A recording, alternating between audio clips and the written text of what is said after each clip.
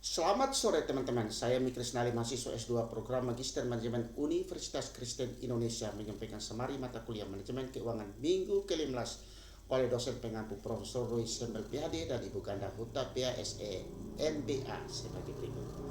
Topik pembahasan adalah Dividend Policy International Finance Event Analysis, mempelajari tentang bagaimana strategi corporate finance decision yang meliputi investment, finance, dan dividend.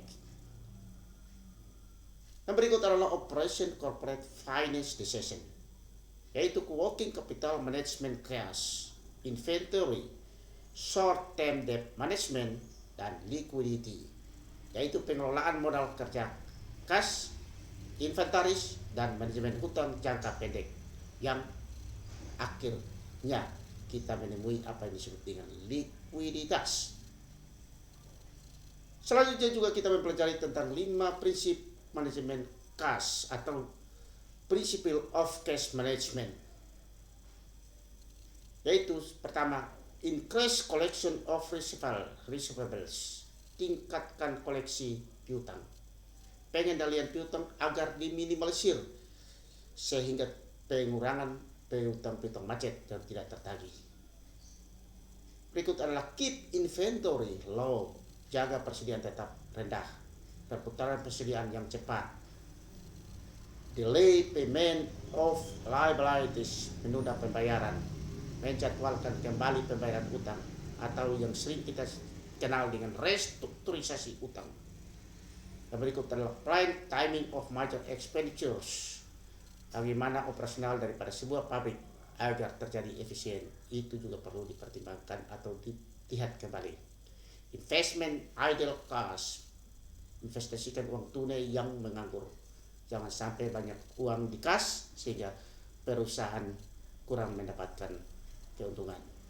Berikut adalah dilema atau short defined use retained earning for, haruskah perusahaan menggunakan laba ditahan? Bagaimana membiayai modal yang menguntungkan investasi, dan bagaimana membayar dividen kepada pemegang saham juga harus dipertimbangkan dengan baik.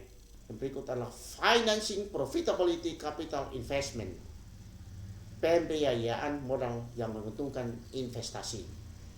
Jika kita menahan penghasilan agar menguntungkan investasi, hasil dividen akan menjadi nol, tapi harga saham akan naik akibatnya dalam capital gain yang lebih tinggi. Berikut adalah paying dividends, membayar dividen. Jika kita membayar dividen, pemegang saham menerima hadiah atau uang tunai langsung untuk investasi, tetapi capital gain akan berkurang. Sejak itu uang tunai ini tidak diinvestasikan dan di dalam perusahaan. So, dividend policy really investable to decision. Jadi kebijakan dividen banget melibatkan dua keputusan. Berapa pendapatan perusahaan harus didistribusikan kepada pemegang saham sebagai dividen, dan berapa banyak yang harus disimpan untuk penanaman modal atau akumulasi modal kerja. Is dividend policy important? Apakah kebijakan dividen penting? Ya, penting. Kita lihat dari tiga sudut pandang sebagai berikut. Pertama adalah dividen itu tidak relevan. Kedua, dividen tinggi adalah yang terbaik. Dan ketiga, dividen rendah adalah terbaik. Demikian samari manajemen keuangan minggu ke-15 yang merupakan pertemuan perkuliahan terakhir. Terima kasih atas bimbingan Profesor Roy Sembel dan Ibu Ganda Hutapea SE MBA. Tuhan memberkati Bapak dan Ibu dalam pengabdian. Terima kasih sekali lagi. Salam sehat.